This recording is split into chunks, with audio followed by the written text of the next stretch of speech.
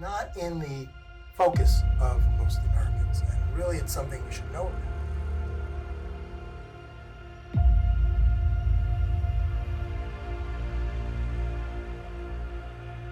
They started using the phrase social Darwinism, this idea that somehow it was the survival of the fittest. This did not come from the gutter. It did not come from parts of our culture where we might identify racism. We're highly educated people. Well, don't feed your baby. Don't starve your baby so that the baby dies, because the baby is a burden on society. So the difference really is that we saw that we were on a very slippery slope in the United States with what we were doing.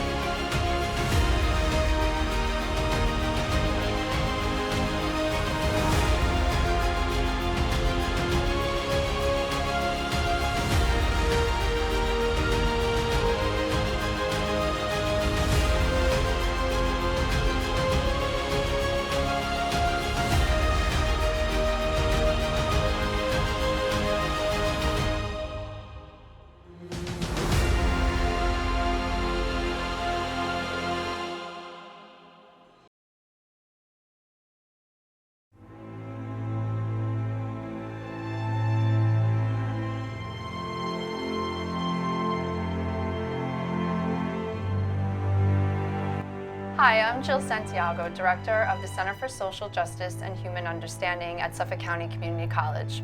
Today I'm sitting down with Professor Emeritus Stephen Klipstein to talk about the history of eugenics. Professor Klipstein? Yes, ma'am. Thank you for speaking with me today. Pleasure. You've been at the college for a number of years teaching English and Holocaust studies.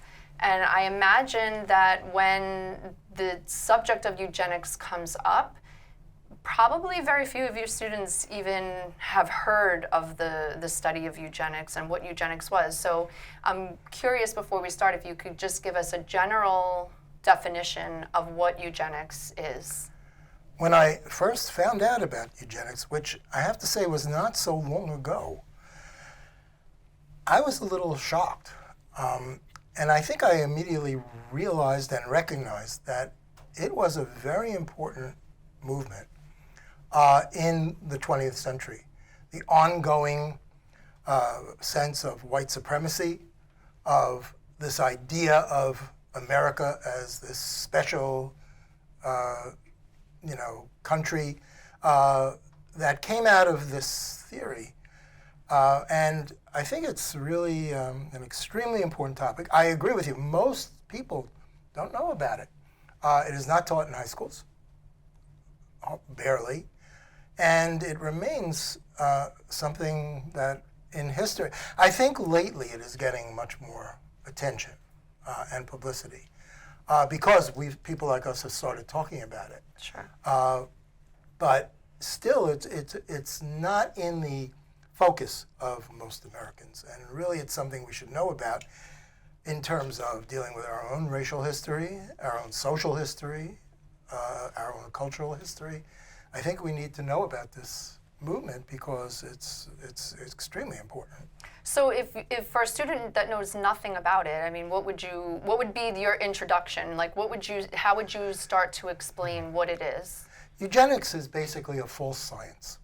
The people who founded the eugenics movement basically claimed that their whole theories were based on genetic studies. They were very much influenced by the appearance of On the Origin of Species by Charles Darwin in 1859. And in fact, the guy who really started the eugenics movement was a cousin of Darwin named Francis Galton. He basically, I think, misinterpreted. they started using the phrase social Darwinism, this idea that somehow it was the survival of the fittest. And I don't really know that Darwin ever said that. He never really used the phrase the survival of the fittest. It was his theory was different. But Galton tried to apply it to mankind. And he looked around. And he said, well, who's in charge of the world? White people. Who's in charge of the world? White men. Who's in charge of the world? White Christian men. We have all this power. We have all this education. We have all this money. Why? Why is it us? Because somehow we are genetically superior to other people. So really what you're talking about right now in the period of time where this pseudoscience is emerging is really Eurocentric history. So eventually, and this series is all about the history of oppression on Long Island, eventually that pseudoscience ends up right here in our backyard. And so what I'm curious about is if you can share, how does that happen? How does this pseudoscience that is emerging in the late 19th century now become a Long Island story? Well, Galton, first of all, they already had a built-in, right, the British aristocracy. They already believed that they were somehow superior. They also thought, the only ones that were really similar to them were the Germans. That the Germans were their true genetic alliance. And of course, the Germans basically thought the same about the English. Right. Well, they saw them as their closest, the people that were closest to them, right? Because the Germans had already established a racial hierarchy. Well, they were white, Anglo-Saxon, Protestant. Right. But it didn't really develop in England. The place where the real eugenics movement developed to its full extent was sadly the United States of America. It jumped the ocean and it came here.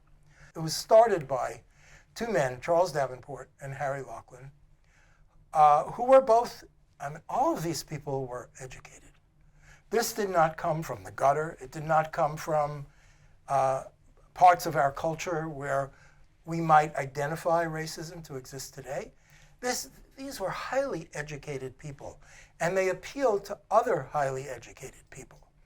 There are big American names associated with this, Well, we're going to get to that. Yeah. Okay. But they established a laboratory. And I'm not sure there was any particular reason why they came to Long Island, but they established the laboratory in Cold Spring Harbor, Long Island. Now, Long Island has a very bad history when it comes to racism, when it comes to segregation, when it comes to all these things. We had a Nazi Bund, not 10 miles from where we sit.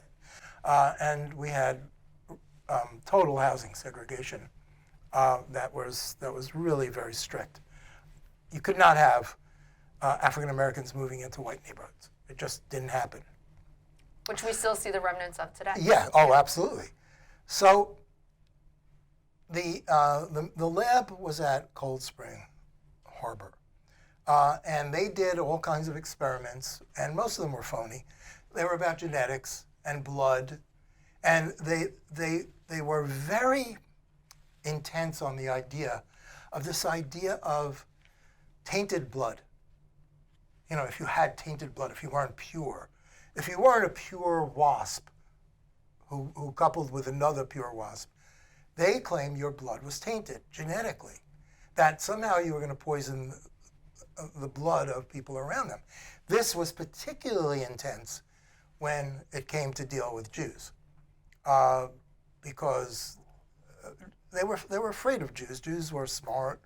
Jews were able to work their way into the society, and so the argument became, well, they're tainted blood, and this really took hold when the eugenics movement crossed back into Europe.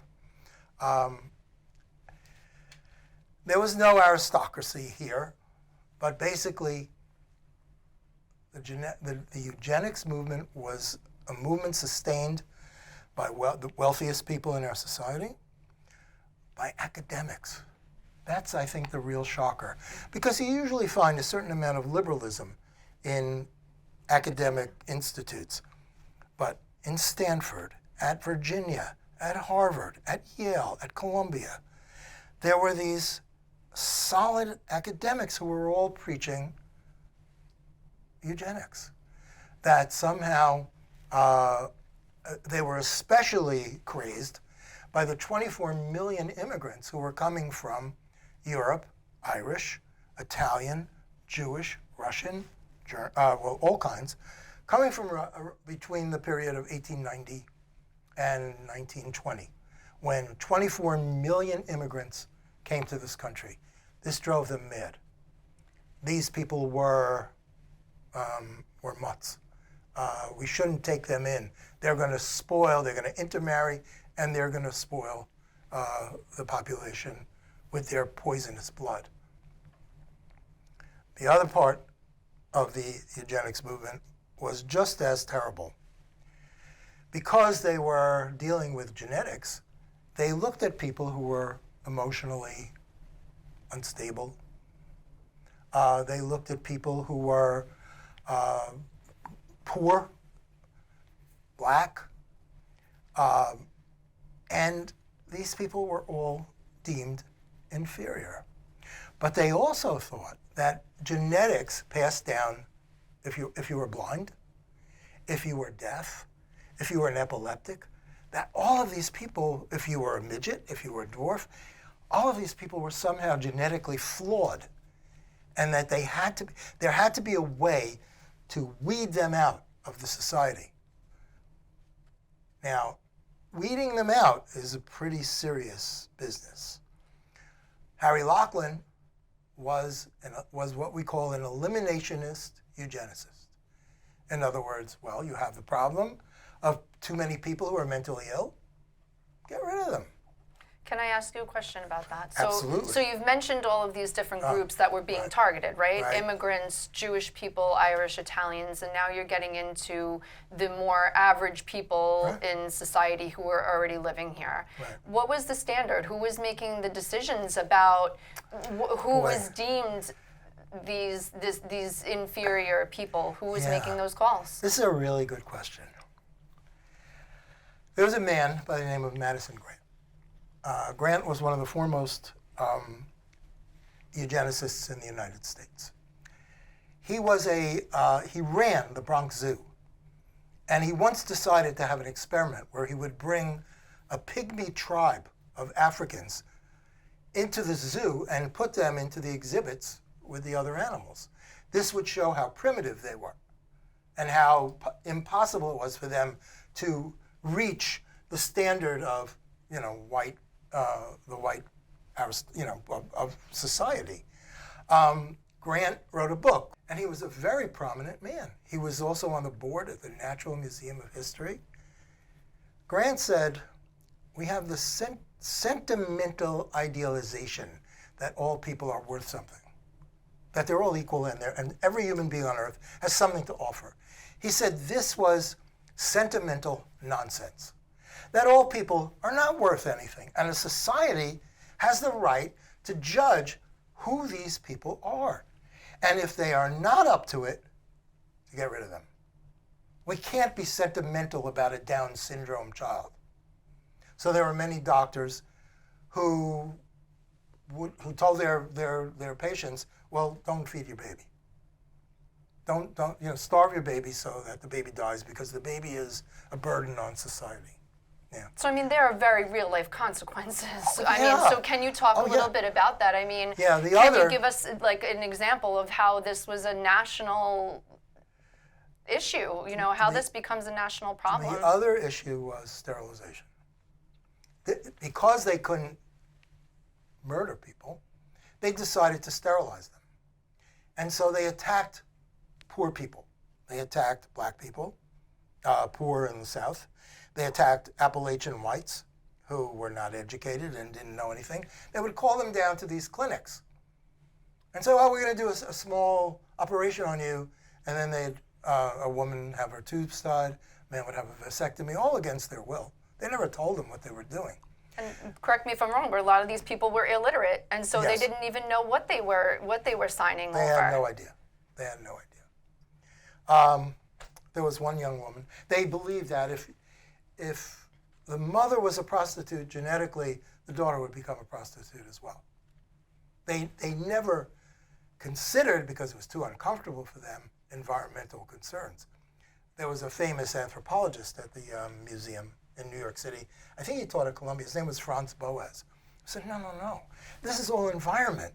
You're produced by your environment. That's what makes you poor. That's what makes you become a prostitute. They said, oh, no, it was genetic. So they started sterilizing. They called this young woman her mother was a prostitute. She was 16. Her name was Carrie Buck. Carrie was a little smarter, a little more wary. She said, no, I don't want to be sterilized. And she decided that she would go to court. She would take them to court. The court case took years and years. And finally it reached the Supreme Court of the United States, whether the state of Virginia had the right to sterilize Carrie Buck because she was genetically inferior. The case was given to a very famous jurist by the name of Oliver Wendell Holmes. Holmes was one of the biggest liberals on the court, so people thought, oh, well, this is a gimme. And were rather shocked when Holmes came down with the edict that, yes, the state of Virginia could, in fact, sterilize Carrie Buck. Against her will. Well, yeah, it was definitely, yeah. And how did the public react to this? Wait, first, but he wrote the brief that said, we've had enough of people like this, and he said in the court decision, no more morons. Oh my gosh. That's what he said, no more morons. And the next day, the state of Virginia went out and sterilized Carrie Buck.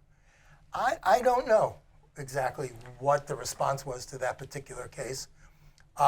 Obviously, there was great controversy. There were sensitive issues because women were trying to bring in birth control, and birth control was illegal. You couldn't use a birth control device in the United States, or you'd be arrested. And so that played into this idea of having so many children, of sterilization. It got pretty complicated. So where's the shift? When does this start to die out? When do you see a change? Well, first, before it shifted, Madison Grant, and you had asked me before about famous people. The President of the United States, Woodrow Wilson, was a eugenicist. He was also a misogynist. He hated women. And when the women were trying to push for the 19th Amendment, the right to vote, Wilson had them taken to jail. They went on a hunger strike, and they were force-fed. Some of them actually died. Wilson was a eugenicist. He was a Southern. He was a racist. He was from Virginia, and he was also a racist. The eugenics movement itself, the lab at Cold Spring Harbor, was supported from money by the Rockefeller Foundation and the Carnegie Foundation, two of the wealthiest human beings in this world. They are the ones who supported this laboratory.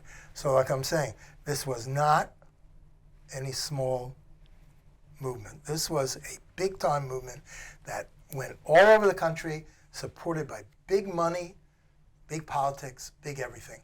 It was a way, certainly it was a way to keep the prevailing racial divides alive. And these people had no interest in closing those divides. Now, the Germans were very interested in eugenics too. So in your teaching and your work here at the college teaching Holocaust studies, eugenics is really completely intertwined with the history of the Holocaust. So can you tell us about how does Hitler, how does the Nazi regime first of all, how did they learn about all of this, number one? And then number two, how does that become part of their plans for what's going to happen as Hitler becomes Chancellor of Germany? The eugenics movement in Germany preceded, Adolf Hitler. In 1905, they had a eugenics laboratory as well. It's called the Kaiser Wilhelm Laboratory. Joseph Mengele worked there. He was one of his mentor worked at this Kaiser Wilhelm laboratory. And in 1905, well, you know this, that they committed genocide in Namibia, in Africa, by starving 5,000 Africans to death. And their lives were meaningless because basically, they were crude, primitive people. What did they matter?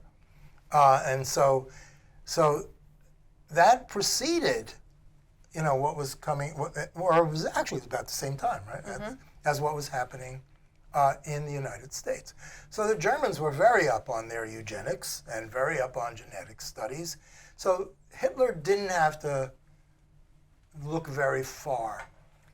I believe that they even referenced the Americans when they were justifying what they were doing in Southwest Africa. This is not funny. Hitler was aware of American eugenics. Basically, he read all the books. He read all their propaganda. It's one of the things that helped it. It gave him the plans for what he wanted to do. It was handing him the playbook of here's how we think we should deal with inferior people. The United States was not. It might have been close, but there was going to be no genocide here. Because, number one, there was a liberal part of the society that actively acted to prevent it. That, two, killing people was murder. And you didn't commit murder. It was a crime. Laughlin, the second in command of the American Eugenics Society, was an eliminationist eugenicist. He would not have been at all upset if they started taking people to camps and gassing them. He had no qualms about it. When it moved back across the water, you had a man who had no qualms about doing whatever he needed to do to get rid of the people he hated. So this might be a conversation for another time, but I just want to point out one thing is that, you're saying murder was a crime, right? And that there was a liberal portion of this society that said, no, we won't have this here. And to some degree, those same things existed in Germany, and yet we're here in a Holocaust museum that documents the murder of 6 million people. Well, obviously there is a real direct link between eugenics and the Holocaust. And I think it's very important to know that the idea of removing people who are, Hitler was, I don't think there's any other way to say it, he was obsessed by Jews. It was in his head. It was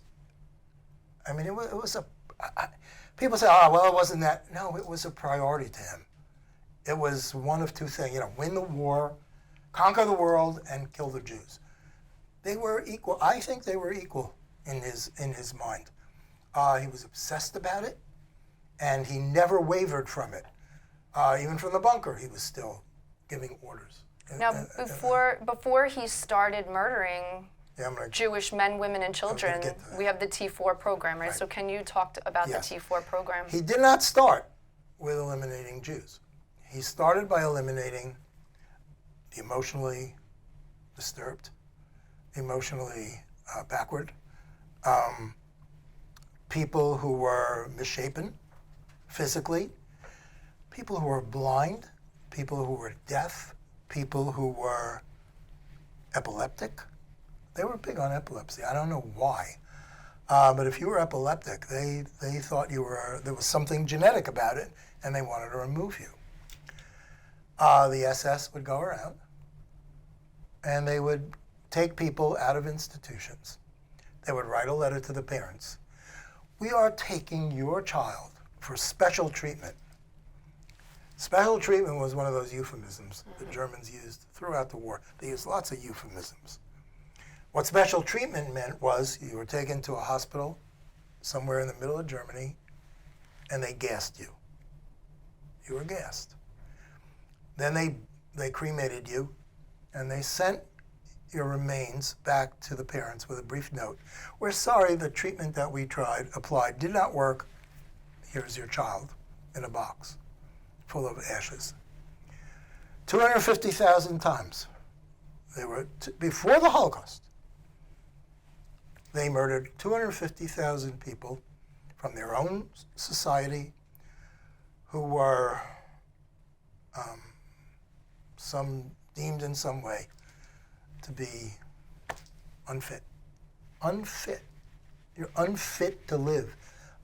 We will, I didn't quite answer the question about who makes the judgment.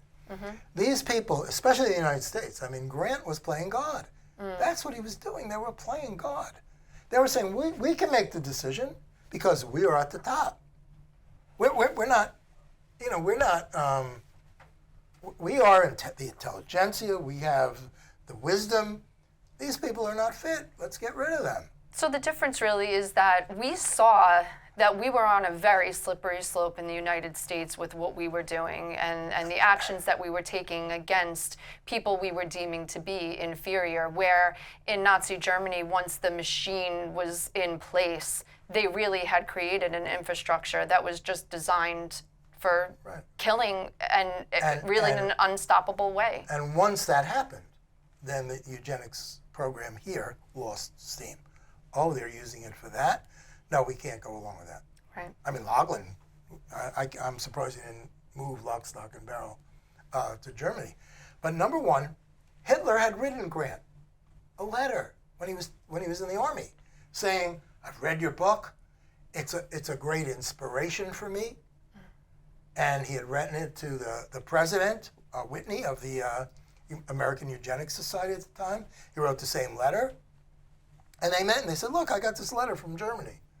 The letter turned out to be, both letters turned out to be from Adolf Hitler, who later said it was the American eugenics movement that gave him the vision of what he should do. And there it is. There it is in big, big letters. That they were inspired, not only inspired, but I think they were given license by the American, well, look what they're doing. These people really have it right. We're going to take it a step further. We're going to take these undesirables and we're going to take them out of the gene pool. We are going to remove them. And the people he targeted, of course, were Jews. They were number one. They were. Homosexuals. We're going to take them out of the gene pool. Gypsies. We're going to take, those were the three targets of Hitler's mass extermination, the theory. And so, you can see how the American eugenics movement literally sets up the Jewish people for extermination. So literally. When we think about 2021, right, we want to think about my job, I believe, as a history teacher, when I think about it, it's why is this history relevant? Why do I, in 2021, want students to understand this in light of what is happening in the world today? Well, when you see Nazis, I don't call them neo-Nazis, they're Nazis, marching in Charlottesville, Virginia, the home of Thomas Jefferson, saying Jews will not replace us. Jews, that's the word they use. Jews will not replace us. They're hearkening back to old canards, old grievances. And then the president the next day says, "Oh, they're not bad people. These aren't bad people. They're good people." This creates a sense where, oh yeah, I have permission to do this now, right? The leader of the country says, "Hey, I can do this. I can say these people are terrible. We need to get rid of them." And it starts again. Of course, a lot of our, a lot of this divide basically is about racism as well.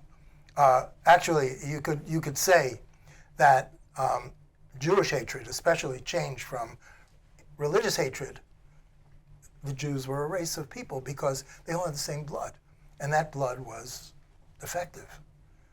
They had defective blood. Black people were simply inferior. There was no other, just by their color, they were inferior. And so, that divide, especially in the American South, still pervades in a lot of ways. It's still very pervasive in a lot of ways. They still haven't gotten past that. You want to say to them, grow up. Move forward. Change your, just remove this stupidity from your plate, and they won't do it. So that's really what I think this project is about. We're trying to educate students here at the college and beyond about these shameful chapters in our history so that we can create people with more open minds and really create a future where we can have dialogue, we can disagree about things, but where we're going to be more accepting of each other as human beings. So what I want to say to you is thank you, first and foremost, for sitting down and talking with me and being interviewed today. I just want to say, history really matters. And we're seeing so much made-up ignorance. And this is what has to be battled against. This aggressive, and it's not just ignorance, it's aggressive ignorance, to just refuse to understand the truth.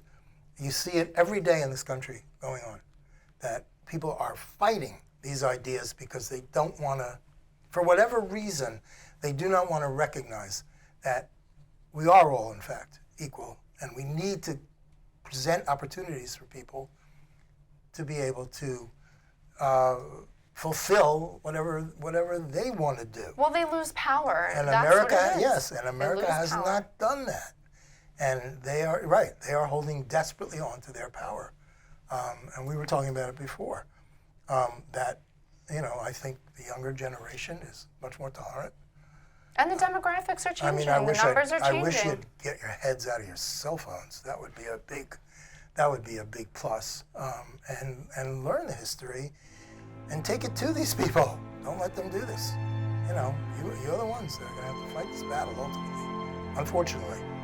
Yeah, we left you bad stuff, but you're the ones that have to fight this battle, and you can, because they're old, and they're fading away, and you gotta make sure they're gone.